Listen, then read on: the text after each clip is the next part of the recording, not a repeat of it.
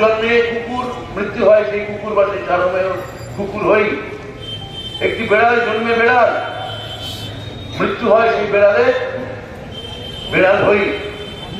কিন্তু একটি মানুষ জন্মেই মানুষ নয়, তাকে মানুষটা হয়ে উঠতে হয়, সেটা একটা প্রসেস। বিজেপি হচ্ছে সেই দল যে আপনার মধ্যে সেই মানুষ হয়ে ওঠেটাকে সাময়িকভাবে আটকে দিয়ে আপনার ভেতর যে অবমানুষ আছে, আপনার মধ্যে যে কালো দিকটা আছে, আপনার মধ্যে যে হিংস্র দিকটা আছে, সেটাকে যে টেনে বার করতে চায়, যে বলে নেভার এনভি ওনার্স প্রাইড, মানে প্রতিবেশীকেও ঈর্ষা করো, পাশের লোকের সঙ্গে বিভাজন ঘটাও, নানা রকম ক্যাটেগরি নিয়েছো। কোনো সেই ক্যাটেগরির নাম হবে কখনো ধর্ম, কখনো হবে জাতপাত, কখনো হবে আঞ্চলিকতা, কখনো হবে অমুক, কখনো হবে তমুক। আর আপনি তার বিরোধিতা করেন, তখন বলবে মাছলিখোর বাঙালি, কখনো বলবে টুকরে টুকরে গ্যাং, কখনো বলবে আরবান নকশাল, কখনো বলবে আমিষাসী, যা পারবে তাই বলবে। এবং এই কৃষ্ণনগর শহরে আমার ভাবতে অবাক লাগে যে এখানে আমি এই কৃষ্ণনগরে প্রতিবাদের শহর, অ্যান্টি ইনকামবেন্সি শহর, সব সময় শাসক দলের বিরুদ্ধে ভোট দিয়েছি। যখন বামফ্রন্ট সরকার এখানে ছিল, বামফ্রন্ট সরকারের বিরোধী ভোট করতো কৃষ্ণনগরে। খুব স্বাভাবিকভাবেই আমি অ্যাকসেপ্ট করতে রাজি আছি, এটাই গণতন্ত্রের নিয়ম।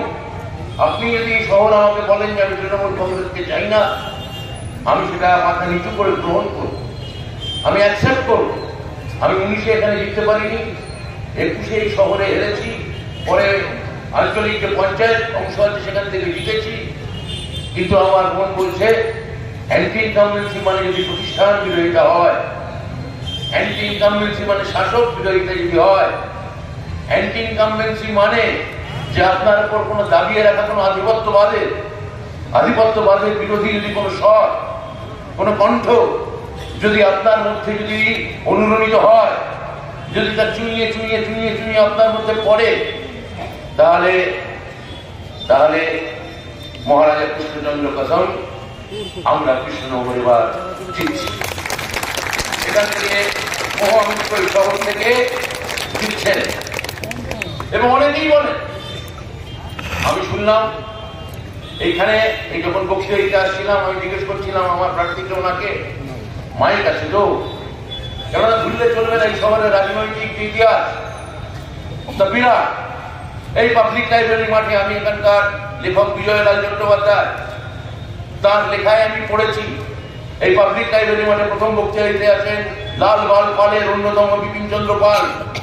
তিনি এসে বলেছিলেন আমার মাইক লাগবে না, এবং গোটা মাঠে তিনি খোলা গলায় দাঁড়িয়ে বক্তৃতা দিয়েছিলেন। এবং গোটা কৃষ্ণনগর তখন স্বাধীনতা আন্দোলনে উদ্দীপিত হয়েছিল। এই অনন্ত হরিমিত্র শহর, বসন্ত বিশ্বাসের শহর, এই শহরে দাঁড়িয়ে বিপ্লবের ফল্গু ধারা, স্বাধীনতা আন্দোলনের উত্তাপ এখানে চুইয়ে পড়েছে। সেখানে দাঁড়িয়ে আপনি একটা ফিউডাল কনসেপ্ট নিয়ে আসতে চাইছেন। আমি বলি, আপনি জানেন এই কৃষ্ণনগর নাম মোটেও মহারাজা কৃষ্ণচন্দ্রের নামে নয়। এই নাম দিয়েছিলেন কৃষ্ণচন্দ্রের প্রপিতামহ রাজা রুদ্র। এই রেহুই অঞ্চলে যখন যে রাজপ্রাসাদ তৈরি হয়, তা তৈরি করেছিলেন মহারাজা রুদ্রের পিতা মহারাজা রাঘব। এই ইতিহাস নিয়ে আমি আপনাদের কণ্টকিত করতে চাই না, এই ইতিহাস নিয়ে আমাদের কিছু যায় আসে না। কেননা কে রাজমাতা কি রাজমাতা আমি ভালো জানি না। কেন রাজা রুদ্রের আমি শুনেছি 2 স্ত্রী ছিল, শুনেছি মহারাজা কৃষ্ণচন্দ্রেরও 2 স্ত্রী ছিল। আমি শুনেছি মহারাজা কৃষ্ণচন্দ্রের যিনি পূর্বপুরুষ রামজীবন, তার স্ত্রী, তারও 3 স্ত্রী ছিল। ফলে কে রাজমাতা, কোথাকার রাজমাতা, বড় রাজমাতা নাকি মেজ রাজমাতা নাকি সেজ রাজমাতা নাকি মহারাজমাতা আমি জানি না, আমি জানতে চাই না। এই ফিউডাল, এই সামন্ততান্ত্রিক, এই রাজা রাজবাড়ি রাজমাতা, আমরা মধ্যবিত্ত বাড়ির ছেলে, আমরা মনে করেছি যে আমাদের পড়তে হবে, আমাদের খাটতে হবে। তালে বলে মানে আমি কোনো রকম, আপনারা জানেন হয়তো কেউ এখানে আমি অনেক শিক্ষকের মুখ দেখতে পাচ্ছি, আমি অনেক সংস্কৃতি কর্মীর মুখ দেখতে পাচ্ছি এই শহরে। আমি বহুবার, কেউ হয়তো একজন দুজন হয়তো আমার এখানে থিয়েটার দেখে থাকতে পারেন। তো আমি তালে বলে রাজনীতিতে চলে এসেছিলাম। তো আমরা মনে করেছি যে মধ্যবিত্তের কণ্ঠস্বর কোনো আম্বানি বা আদানি পরিচালনা করতে পারেননি। মমতা ব্যানার্জির ওপর এই অংশের এক অংশের রাগ, তার কারণ তিনি কখনো আধুনিক বিজ্ঞাপনের ভাষায় যাকে বলে ক্লায়েন্টেল, সেই ক্লায়েন্টেলের সঙ্গে তিনি কখনো বিশ্বাসঘাতকতা করেননি। তিনি কখনো বলেননি যে আমি টাটা বিড়লা মুর্দাবাদ, এবং পরে সেই টাটার থেকেই জমি কিনে শিল্পায়ন করার কথা, কৃষি আমাদের ভিত্তি, শিল্প আমাদের ভবিষ্যৎ, এই ধরনের নিজে ব্যাকলাশ কখনো মমতা ব্যানার্জি ঘটাননি।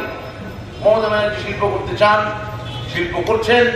মমতা ব্যানার্জি কিন্তু তার যে ক্লায়েন্টেল, যাদের তিনি লক্ষ্মীর ভান্ডার দিচ্ছেন, অভিজিৎ বিনায়ক বন্দ্যোপাধ্যায়ের মতো নোবেল প্রাপক অর্থনীতিবিদ, তিনি বলেছিলেন যে কোনো একটি কল্যাণকামী রাষ্ট্রে, কোনো একটি পরিষেবামূলক রাষ্ট্রে তিনি হচ্ছেন উপযুক্ত রাষ্ট্রনায়ক, যিনি গরিবদের হাতে অর্থনীতির ফ্লো যিনি পাওয়াতে পারবেন। সেই লোকটা, যে মহিলা লক্ষ্মীর ভান্ডার পাচ্ছে, আমি গ্রামে কথা বলে দেখেছি, অনেকে বলেছেন যে না আমি মমতা দিকে ভোট দেবো। কেন ভোট দেবেন আপনি জিজ্ঞেস করলাম। আমরা বললাম আমার স্বামী অনেক সময় হাতে টাকা দেয় না, আমার খেতে ভালোবাসে। আমার ধারণা আমার মতো আপনারাও কেউ হয়তো ফুলকপির ডালনা খেতে ভালোবাসে, বা কেউ পনির খেতে ভালোবাসে। কিন্তু গোটা জীবন আপনাকে যদি মাথায় বন্দুক ঠেকিয়ে বলে যে আপনাকে এইটাই খেতে হবে, আপনাকে আমি মাছ মাংস খেতে দেবো না, তাহলে সেটা আপনার কেমন লাগবে? আপনারা ভাববেন আমি গুলতাপ্পা দিচ্ছি, আমি বাজে কথা বলছি। আসলে অনেক কিছু মমতা ব্যানার্জি আছেন বলে আমরা ধরতে পারি না। মধ্যপ্রদেশে কিছুদিন আগে ইলেকশন হয়েছে, মধ্যপ্রদেশে বিজেপি বিপুলভাবে জিতেছে। সেদিন সন্ধ্যাবেলা ভোপাল শহরের সমস্ত প্রায় মাংসের দোকান এবং মাছের দোকান সেদিন সন্ধ্যাবেলাই বন্ধ করে দেওয়া হয়েছে।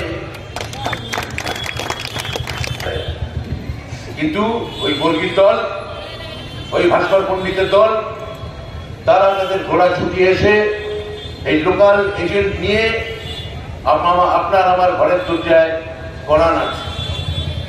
তারা ঘরের দরজায় কড়া নাড়ছে। আপনি তাদের ওই ভারতকর্তা বা নসিকর্তা বা উগ্রকর্তা, এই কর্তারা যারা এখানে প্রখ্যাত, নাকি আপনি তাদের বলবেন হ্যাঁ সরবাজা সরপুরিয়া গান, এইসব মিষ্টি আপনারা ওখানে পাবেন না? আপনারা তো চাইছেন আমরা এই মিষ্টি আর ঠোকলা খাই। আমরা আপনাকে মিষ্টি খাওয়াচ্ছি, এই সরবাজার মিষ্টি আপনাকে খাইয়ে দিলাম, কিন্তু এখানে ভোট চাইতে আসবেন না, এখানে ভোট হবে না। আপনি দেখবেন আমার গন্ডা, আমার পাশের কেন্দ্র রানাঘাট হাওয়া ঘুরতে শুরু করেছে। কেননা 19 সালে তৈরি হয়েছিল সিএএ। আপনারা বলুন, একটা আইন যদি তৈরি হয়, এখানে নিশ্চয়ই কৃষ্ণনগরে, আমি জানি এই কৃষ্ণনগর শহরে প্রচুর নাম করা নামজাদা লয়ার আছে, আইনজীবী আছেন, আইন ব্যবসায়ী আছে। আপনারা বলুন, একটা রুল তৈরি হলে, তার একটা আইন তৈরি হলে তার রুল ফ্রেম করতে কদিন লাগে? তাহলে 19-এ আইন তৈরি হল, 20 সালে হতে পারে, 21 সালে হতে পারে। 21 কোভিড গেছে, কোভিডের পর 21-এর শেষে হতে পারত, 22-এ হতে পারত, 23-এ হতে পারত। রুল ফ্রেম করতে আপনারা জানেন কতদিন লাগে? 6 মাস, 8 মাস, খুব বড় 5 বছর নিল। আবার ভোট এলো, বললো এই সিএ পড়েছিলাম, তার এখন রুল ফ্রেম করছি। বলছে আপনি বলছেন, আপনারা এখানে থাকলে বুঝতে পারবেন না। সুরাটে যান, সুরাটে গিয়ে আপনারা ওখানে গিয়ে কংগ্রেস প্রার্থী নীলেশ কুম্বলের সঙ্গে কথা বলুন, সে ভয়ে কথা বলতে পারছে না। সুরাটে বিজেপি প্রার্থী রাকেশ দালাল, তাকে হাতে জয়ের পত্র হাতে দিয়ে দেওয়া হয়েছে, ইন্দোরে দিয়ে দেওয়া হয়েছে। সারাক্ষণ একটা থ্রেট করা হচ্ছে। দুটো মোটিভের উপর ভারতবর্ষ এখন দাঁড়িয়ে আছে, একটা ঘৃণা আর একটা ভয়। আপনাকে ভয় দেখাবে, তারপর ঘৃণা ছড়াতে বলবে। আপনি যদি ভয় না পান, আপনাকে ভীত হতে বাধ্য করবে, এবং তারপর বলবে যে মেরা ভারত মহান হয়, এবং তারপর বলবে জয় শ্রীরাম। আমি এখানে অনেক মা বোনেরা আছেন, আমি আপনাদের বলছি, আপনাদের কাজে দেবে, আপনারা বাড়ি যান। আজকে রাত্রে যদি কারো রান্না না এখনো হয়ে থাকে, বা আপনার বাড়িতে যদি কোনো কাজের মহিলা রান্না করতে আসেন, বা আপনি তাকে রান্নায় সহায়তা করেন, বা আপনি যদি নিজে রান্না করেন, আপনি দেখবেন যে গ্যাসের দাম এখন আগুন ছোঁয়া, তা দুম করে হঠাৎ কম হয়ে গেছে। যদি আপনি রান্না করার সময় আপনার ওই রান্নার পরিচারিকার কানে কানে বলতে পারেন জয় শ্রীরাম, দেখবেন রান্নার দাম গ্যাসের দাম কমে যায়। এখানে যে ছেলেটা এখানে একটু আগে মোটর বাইক করে এসে দাঁড়ালেন, যে এখানে স্কুটার করে এসে দাঁড়ালেন, আপনারা যান পেট্রোল বা ডিজেল কিনতে যান, খালি পেট্রোল যে আপনাদের পেট্রোল বিক্রি করছে, যে গ্যাস বিক্রি করছে, তার কানে কানে খালি বলতে হবে জয় শ্রীরাম, দেখবেন পেট্রোলের দাম কমে যাচ্ছে, ডিজেলের দাম কমে যাচ্ছে। কেননা বিজেপি এটা চাইছে। আপনি যখন বলবেন যে আমার জিনিসপত্রের দাম এত কেন, গ্যাসের দাম এত কেন, সমস্ত পরিসংখ্যানবিদরা বলছেন কেন যে সারা ভারতবর্ষের স্বাধীনতার পর এত বেকারিত্ব আগে কখনো আসেনি। ওরা যখন ওই দিকে তাকাতে বলবে, আমরা যখন বলবো আপনারা এইগুলোর উত্তর দিন, ওরা আপনাকে বলবে দেখুন কি সুন্দর রাম মন্দির করেছি, চলুন দেখে আসুন। রাম মন্দির দেখতে যান, গোড়ার দিকে সুন্দর মন্দির, গোড়ার দিকে ভিড় হচ্ছে, এখন ফাঁকা যাচ্ছে। গোটা উত্তর ভারতে এখন রিয়াকশন হচ্ছে, লোকে বুঝতে পারছে যে ধর্ম নামে আফিম খাইয়ে এই বিষয়গুলো থেকে আর চোখ ফেরানো যাবে না, আর মুখ ফেরানো যাবে না। সেইখানে দাঁড়িয়ে আমি আবার বলি, যে সময় আমরা দাঁড়িয়ে আছি, মহুয়া মৈত্রকে আমাদের এদের মুখ বন্ধ করার জন্য, মহুয়া যখন দাঁড়িয়ে লোকসভায় কথা বলেন আমার গর্ব হয়, একজন বাঙালি হিসেবে গর্ব হয়, একজন তৃণমূলের কর্মী হিসেবে গর্ব হয়, যে ও যখন কথা বলতে শুরু করে তখন ওর বিরোধীরা ওকে ভয় পায়, চোখে চোখ রেখে কথা বলে, এমন ভাবে কথা বলে যে প্রত্যেকটি লোক কাঁপতে শুরু করে। এবং আপনারা জানেন বিজেপি মোটামুটি যে দুটোর উপর দাঁড়িয়ে আছে, একটা ম্যাসকিউনিটি পুরুষতন্ত্র এবং আরেকটা পেট্রিয়ার পিতৃতন্ত্র, এই দুয়ের উপর দাঁড়িয়ে। কেননা মনে রাখবেন বিজেপি বারবার আরএসএস এর ঘোষিত কথাই হচ্ছে আমরা যদি আবার আসতে পারি, ভারতের এই সংবিধান, ব্রিটিশ ভাষা সংবিধান আমরা বাতিল করব, আম্বেদকরের সংবিধান আমরা বাতিল করব, আমরা বাতিল করে মনু সংহিতা এখানে নিয়ে আসবো। এবং সেই মনু সংহিতা বলছে যে নারীদের স্থান কোথায়, শূদ্রদের নিচে। এই সেই পেট্রিয়ার, এই সেই ম্যাসকুলিনিটি যারা মনে করে নারীদের জায়গা হচ্ছে শূদ্রদের নিচে। প্রথম কথা, এই জাতপাত আজকের দিনে যে কারা মানে, কেন মানে, তারা বলতে পারবেন, আমি জানি না। কিন্তু ঠিক আছে, আছে, মানা হয়। কিন্তু আপনারা ভাববেন আমি বাজে কথা বলছি, আপনারা চলে যান রাজস্থান কোর্টে। এই কিছুদিন আগে ওখানে যারা আরএসএস আইনজীবী, তারা একটা কোর্টের মধ্যে মূর্তি স্থাপন করেছে, সেই মূর্তিকার ওই মনু সংহিতার মনুর মূর্তি। তো আপনারা বুঝতে পারছেন না যে বিজেপি আসলে যে রাজনীতিটা এখানে দিতে চাইছে, একই সঙ্গে গ্লোবাল স্মার্ট টেকনোলজির কথা বলছে, যেগুলোর কোনো মানে নেই, পেটিএম এইসব নানা রকম হাবিজাবি করতে হচ্ছে, যেগুলো কোনো যার কোনো ইউটিলিটি নেই। এবং আমি আপনাকে বলতে পারি, এখানে আপনার বাঙালি কখনো বলবে টুকরে টুকরে গ্যাং, কখনো বলবে আরবান নকশাল, কখনো বলবে আমিষাসী, যা পারবে তাই বলবে। এবং এই কৃষ্ণনগর শহরে আমার ভাবতে অবাক লাগে যে এখানে আমি এই কৃষ্ণনগরে প্রতিবাদের শহর, অ্যান্টি ইনকামবেন্সি শহর, সব সময় শাসক দলের বিরুদ্ধে ভোট দিয়ে এসেছি। যখন বামফ্রন্ট সরকার এখানে ছিল, বামফ্রন্ট সরকারের বিরোধী ভোট করতো কৃষ্ণনগরে, খুব স্বাভাবিকভাবে আমি অ্যাকসেপ্ট করতে রাজি আছি। এটাই গণতন্ত্রের নিয়ম। আপনি যদি শহর আমাকে বলেন যে আমি তৃণমূল কংগ্রেসকে চাই না, আমি সেটা মাথা নিচু করে গ্রহণ করব, আমি অ্যাকসেপ্ট করব।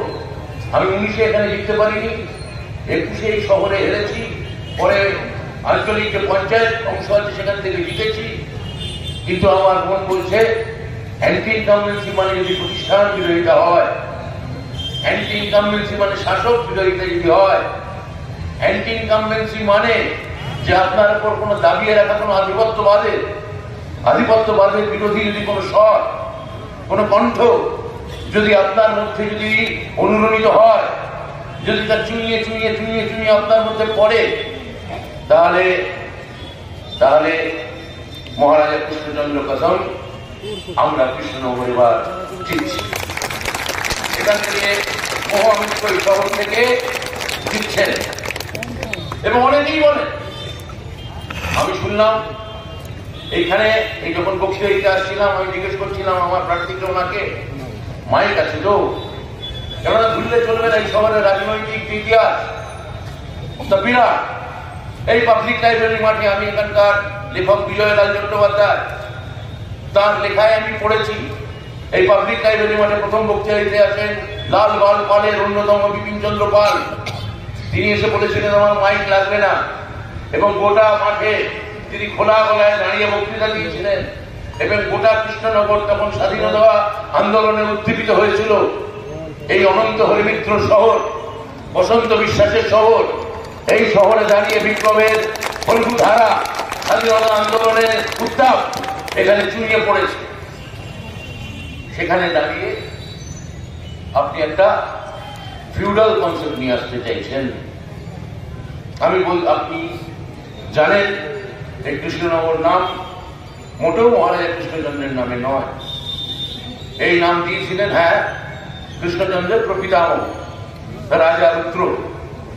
এই রেলুই অঞ্চলে যখন যে রাজপ্রাসাদ তৈরি হয়, তা তৈরি করেছিলেন মহারাজা রুদ্রের পিতা মহারাজা রাঘব।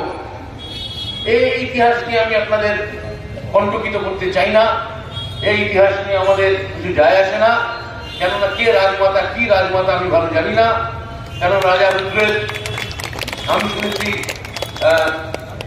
2 স্ত্রী ছিল, শুনেছি মহারাজা কৃষ্ণচন্দ্রেরও 2 স্ত্রী ছিল। আমি শুনেছি মহারাজা কৃষ্ণচন্দ্রের যিনি পূর্বপুরুষ রামজীবন, তার স্ত্রী, তারও 3 স্ত্রী ছিল। ফলে কে রাজমাতা, কোথাকার রাজমাতা, বড় রাজমাতা নাকি মেজ রাজমাতা নাকি সেজ রাজমাতা নাকি ন রাজমাতা আমি জানি না, আমি জানতে চাই না। এই ফিউডাল, এই সামন্ততান্ত্রিক, এই রাজা রাজবাড়ি রাজমাতা, আমরা মধ্যবিত্ত বাড়ির ছেলে, আমরা মনে করেছি যে আমাদের পড়তে হবে, আমাদের খাটতে হবে। তালে বলে মালে আমি কোন রকম, আপনারা জানেন হয়তো কেউ এখানে আমি অনেক শিক্ষকের মুখ দেখতে পাচ্ছি, আমি অনেক সংস্কৃতি কর্মীর মুখ দেখতে পাচ্ছি এই শহরে। আমি বহুবার, কেউ হয়তো 1-2 জন হয়তো আমার এখানে দেখে থাকতে পারেন। তো আমি তালে বলে রাজনীতিতে চলে এসেছিলাম। তা আমরা মনে করেছি যে মধ্যবিত্তের কণ্ঠস্বর কোন আম্বানি বা আদানি পরিচালনা করতে পারেননি। মমতা ব্যানার্জির ওপর এই অংশের এক অংশের রাগ, তার কারণ তিনি কখনো আধুনিক বিজ্ঞাপনের ভাষায় যাকে বলে ক্লায়েন্টেল, সেই ক্লায়েন্টেলের সঙ্গে তিনি কখনো বিশ্বাসঘাতকতা করেননি। তিনি কখনো বলেননি যে আমি টাটা বিড়লা মুর্দাবাদ, এবং পরে সেই টাটার থেকেই জমি কিনে শিল্পায়ন করার কথা, কৃষি আমাদের ভিত্তি, শিল্প আমাদের ভবিষ্যৎ, এই ধরনের নিজে ব্যাকলাশ কখনো মমতা ব্যানার্জি ঘটাননি। মমতা ব্যানার্জি শিল্প করতে চান, শিল্প করছেন।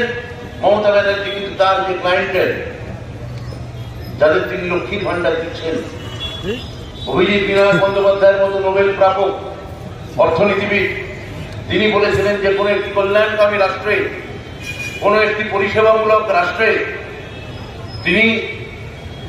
তিনি হচ্ছেন উপযুক্ত রাষ্ট্রনায়ক, যিনি গরিবদের হাতে অর্থনীতির ফ্লো যিনি পাওয়াতে পারবেন। সেই লোকটা যে মহিলা লক্ষ্মীর ভান্ডার পাচ্ছে, আমি গ্রামে কথা বলে দেখেছি, অনেকে বলেছেন যে না আমি মমতাদিকে ভোট দেবো। কেন ভোট দেবেন আপনি জিজ্ঞেস করলাম। বললাম আমার স্বামী অনেক সময় হাতে টাকা দেয় না, আমার ছেলে অনেক সময় আমার হাতে টাকা দেয় না। এই টাকাটা দিয়ে আমি আমার টুকিটাকি জিনিস, এমনকি আমার স্বামী যেটা আমার দেয় না, আমি কিনে আমার স্বামীকে দিতে পারি, আমি আমার স্বামীর প্রতি কর্তব্য করতে পারি। তাহলে এই অর্থনীতির ফ্লো, এই যে কল্যাণকামী রাষ্ট্র, ওয়েলফেয়ার স্টেট যাকে সব পণ্ডিতেরা যাকে বলে থাকেন, সেখানে যদি আপনি যদি অর্থনীতির ওই লেনাদেনাটা যদি না ঘটান, টাকা পয়সা ফ্লোটা যদি না ঘটান, তাহলে এটা চলবে কি করে? বিজেপি এটা কুপিত হয়েছে। বিজেপি একই সঙ্গে এটাকে বলছে ডোল পলিটিক্স, এবং একই সঙ্গে বিজেপি এসে এখানে বলছে যে আমরা ক্ষমতায় এলে আমরা লক্ষ্মীর ভান্ডার দেবো, 3,000 টাকা করে দেবো। পড়েছে ঠেলার নাম বাবাজি কাকে বলে বুঝতে পেরেছি, ঠেলার নাম বাবাজি করে বলছে যে আমরাও 3,000 টাকা করে দেবো। তা আমি বলি 10 বছর হয়ে গেল উত্তরপ্রদেশ সরকার, কোন লক্ষ্মীর ভান্ডার আছে? নেই। 15 বছরের বেশি হয়ে গেল গুজরাট সরকার, কোন লক্ষ্মীর ভান্ডার আছে? নেই। আমরাও 3,000 টাকা করে দেব। এর থেকে এটা ঢাকা হলে বলতো, এদের ঢাকার রিক্সা চালায় তারা বলে, আপনারা জানেন, তাদের বলে কুর্তি। এই কুর্তিরা হলে এটা শুনে বলতো এটা ঘোড়ায় হাসবো দাদা, ঘোড়ায় হাসবো, মানে ঘোড়াটাও হেসে উঠবে। আমি সে কথা বলবো। আমি বলবো এই কৃষ্ণনগরের লোককবি, চরণ কবি, প্রখ্যাত লিটল ম্যাগাজিন সাহিত্যিক মণিগোপাল চট্টোপাধ্যায় একটা কবিতা লিখেছিলেন। সেই সময় সেই কৃষ্ণনগরের কবি তিনি লিখেছিলেন, রবি ঠাকুর যদি দাড়ি কেটে ফেলেন, পিসি রায় যদি খেতে চান চা, এত অবাক তবুও হইনি, আজকে আমি হয়েছি যা। এই যে মণিবাবুর কবিতা, আপনাদের শহরের লোক, তার লেখা কবিতা এখনো যখন কোনো একটা পশ্চিমবঙ্গবাসী পড়ে, তার কবিতার মধ্যে যে পাঞ্চ, যে উইট, যে হিউমার, সেই হিউমার আমার মনে হয় রাজনৈতিক সমাজে প্রত্যেকটা জায়গায় ফেলে ফেলে দেখতে পারেন। বিজেপি এসে যখন বলে আমরাও এই করব, আমরাও ওই করব, আমরাও সেই করব, তখন এটা আমার হাসি পায়। আর কৃষ্ণনগর কি করে বিজেপির সঙ্গে হাত মেলাতে পারে, কি করে বিজেপিকে ভোট দিতে পারে? আপনারা রাজা কৃষ্ণচন্দ্র রায়ের ইতিহাস আপনারা জানেন। কৃষ্ণচন্দ্র সত্যি এই কৃষ্ণনগরের জন্য অনেক কিছু করেছেন। মহারাজা কৃষ্ণচন্দ্র, তার চতুর্থ পুত্র গিরিশচন্দ্র তার চতুর্থ ছিলেন, অপুত্রক ছিলেন। অর্থাৎ কৃষ্ণচন্দ্রের ডাইরেক্ট কোনো যে বংশধারা তা বেশি নেই। ফলে কৃষ্ণচন্দ্রের চতুর্থ পুত্র, চতুর্থ বংশধর গিরিশচন্দ্র সেখানেই আসলে কৃষ্ণচন্দ্রের বংশ শেষ হয়ে যায়। তারপর তিনি দত্তক পুত্র নেন সেই গিরিশচন্দ্র, তার নাম শ্রীশচন্দ্র।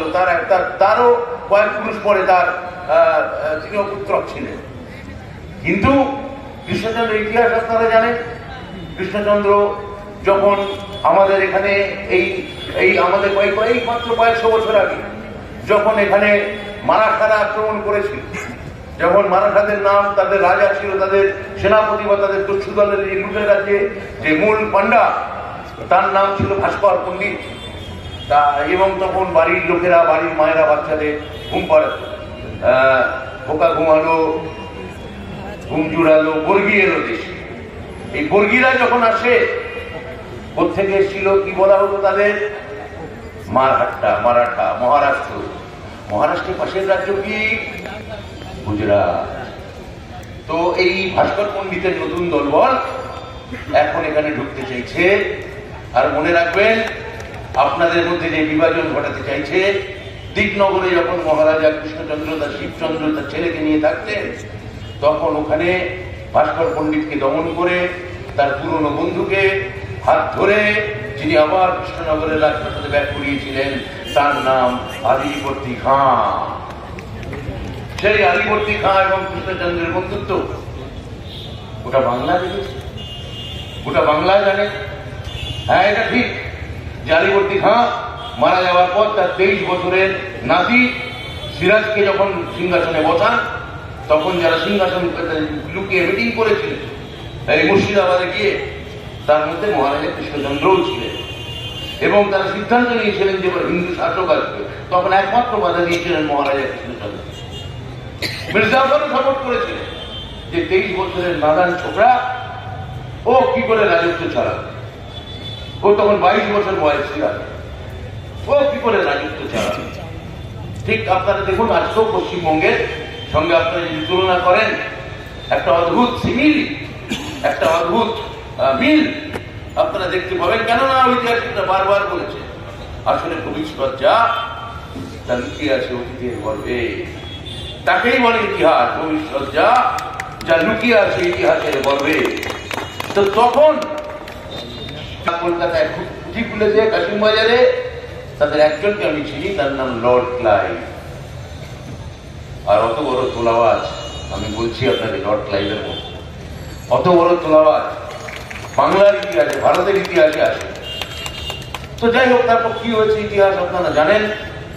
কিন্তু যে শাক্ত এবং বৈষ্ণব ধর্মের ইতিহাস, যে ইসলাম এবং মূল জায়গা, সেইখানে আমার মনে হয় এখানে দাঁড়িয়ে এই কৃষ্ণনগরের আমার মনে পড়ছে এর মূর্তি যারা তৈরি করেন তাদের কথা। আপনারা যদি মূর্তিগুলো দেখেন, সেই মূর্তিগুলোর মধ্যেও একটা যুক্তবঙ্গ প্রতিফলিত হচ্ছে, বাংলার ইতিহাস প্রতিফলিত হচ্ছে। আর বাইরে থেকে কিছু লোক এসে বলছে যে আমি আপনাকে আপনার ভাষা বলতে দেব না, কেননা আমাদের একটাই পলিটিক্যাল ন্যারেটিভ, হিন্দি, হিন্দু, হিন্দুস্তান। আমি বলছি যে আজকের দিনে 2024-এর যে ভোট, তা কেবলমাত্র একটা ন্যারেটিভের উপর দাঁড়িয়ে আছে। আপনি নিজেকে কি হিসেবে দেখতে চান? গর্বিত হিন্দু, না ক্ষুধার্ত, মার খাওয়া, চাকরি না পাওয়া, খেতে না পাওয়া ভারতীয়? এই ন্যারেটিভের উপর আজকে দাঁড়িয়ে ভোট হচ্ছে। শুধুমাত্র এই ন্যারেটিভের উপর দাঁড়িয়ে আজকের দিনে ভোট যদি হয়, তাহলে মহুয়া মৈত্রকে এখান থেকে জিতিয়ে আমাদের পাঠাতে হবে। এবং আপনারা জানেন যে আমার এখানে এই কৃষ্ণনগরের যে সংস্কৃতি, ওই মূর্তি কার্তিক চন্দ্র পাল, তার যে মূর্তি, তার বংশধররাও বড় বড় কাজ করেছেন আমরা জানি। তো সেই আপনারা হয়তো কেউ কেউ শাক খেতে ভালোবাসে,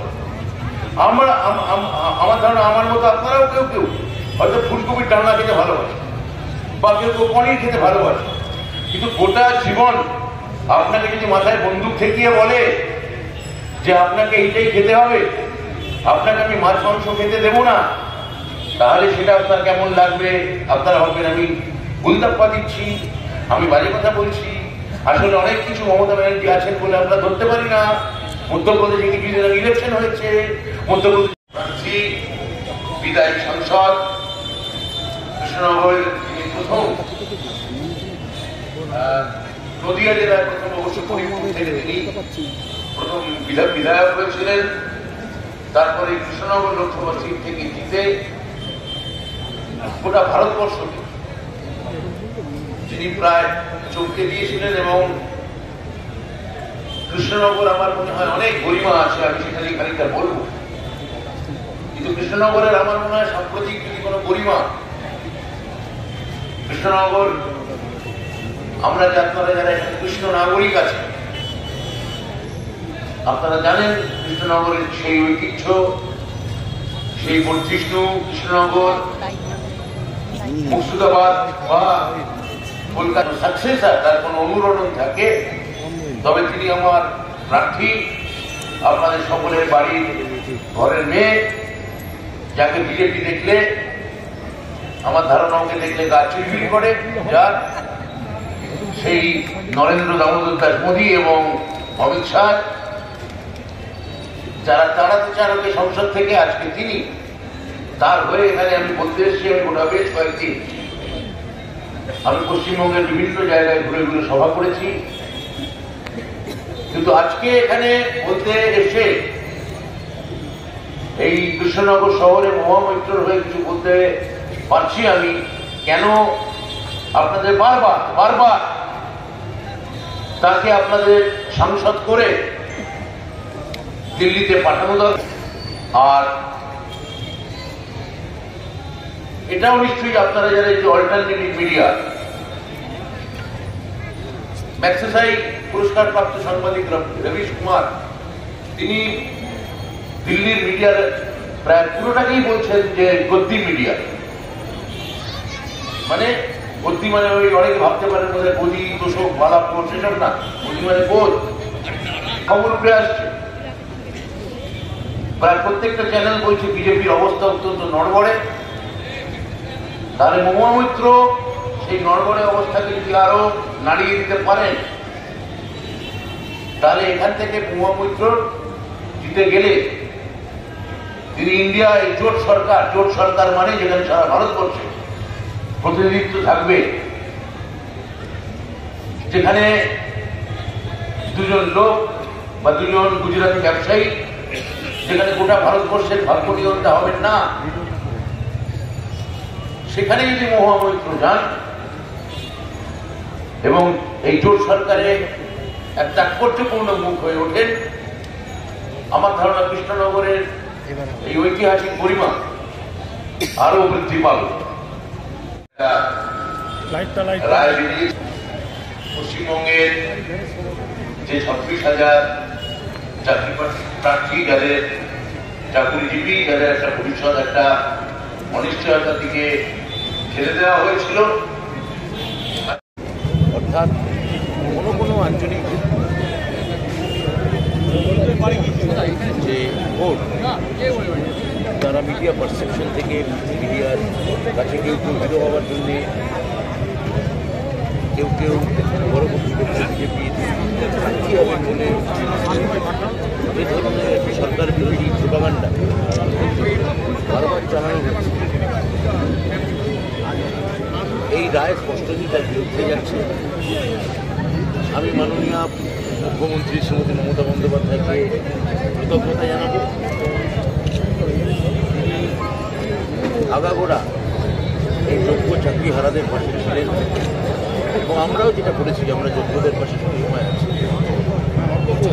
আমি আমার দলের সাধারণ সম্পাদক শ্রী অভিষেক বন্দ্যোপাধ্যায়কে ধন্যবাদ জানাবো। এই লড়াইয়ে তিনি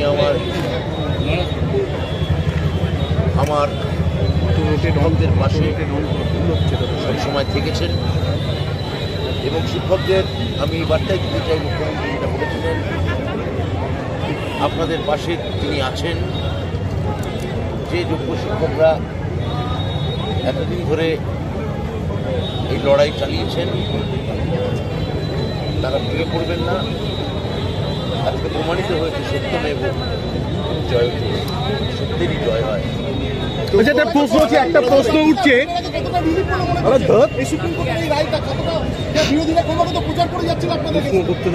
দেখুন, এর সঙ্গে যে নির্বাচনের যে সম্পর্ক আছে এই রায়ের সঙ্গে আমি মনে করি না। বলে ভোটের আগে আমাদের কোনো কি হলো না, এটা থেকে বড় কথা, এটার সঙ্গে ভোটকে আরো জড়িয়ে ফেলতে চাই।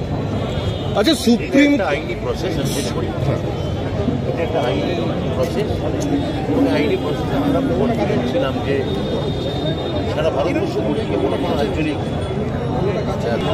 দিতে পারেন। এইভাবে যে বিজেপি বিরোধী সরকারগুলো টেকেল করতে চাইছেন বা সেখানে সেই জায়গায় সামিল হতে চাইছেন, আজকে সুপ্রিম কোর্ট প্রমাণ করে দিয়েছিল ভারতবর্ষের যে বিচারের বাণী নীরবে নিভৃতে কাঁদে না, বিচারের বাণী সজোরে সোচ্চারে পীড়িতর পাশে। দুটো প্রশ্ন উঠছে। একটা হচ্ছে যে সুপ্রিম কোর্টে আজকে এসএসসি বলেছে যে যোগ্য অযোগ্যের যে তালিকা আলাদা করে তারা দিতে পারবে, তাহলে কেন হাইকোর্টে তারা দিল না, কেন সুপ্রিম কোর্ট পর্যন্ত যেতে হলো? এটা নিয়ে আমার আমি বলছি হাইকোর্টে দায়িত্ব নিয়ে তৈরি করা একটা গল্প। আগামীকাল এসএসসি এটা নিয়ে একটা প্রেস কনফারেন্স করবে। আচ্ছা, এবং সেখানে মিডিয়া এসএসসিকেও বারবার ডিস্টার্ব করা হয়েছে, এসএসসির কথা টুইট করা হয়েছে, এসএসসিকে শাস্তা করার চেষ্টা করা হয়েছে। একবারও ভেবে দেখা হয়নি যে এসএসসি যিনি বর্তমান চেয়ারম্যান, তিনি ওই সময় ছিলেনই না বলে তার কাউকে লুকোনোর কোনো দায় নেই, কিচ্ছু দায় নেই এবং তার থেকে উপরের থেকে কোনো নির্দেশও ছিল না। এবং এই ধরনের কোনো পরস্পর বিরোধী কথা এসএসসি বলেছে বলে আমি মনে করি না। এসএসসি কি বলেছে বা কি বলতে পারে সেটা এসএসসি আগামীকাল আবার এক দফা বলবে। কিন্তু আমার ধারণা মিডিয়ার একাংশ, যেমন চেয়ারম্যান টুইট করা, তাকে বিকৃত করা, কথাগুলো অন্যভাবে নিয়ে যাওয়া, সরকারকে ছোট করার যে খেলা আজকে সুপ্রিম কোর্ট জানিয়ে দেওয়ার পরও এটা কিন্তু আমাদের রাজ্যে খেলা অব্যাহত থাকে। আচ্ছা, সুপ্রিম কোর্ট বলতে বলবো সে দায় কার, সেটা একটা বড় শিক্ষা দপ্তরের একটা বড় অংশ ইতিমধ্যেই তারা কারাবাস করেছে, এই দায় যাদের ছিল। আমি এইটুকু এই সরকারের অংশীদার হিসেবে এবং নতুন এই দপ্তরের দায়িত্ব নেওয়ার পর আমি বলতে পারি যে আমরা যদি কোনো নিয়োগ করি তা সম্পূর্ণ স্বচ্ছভাবে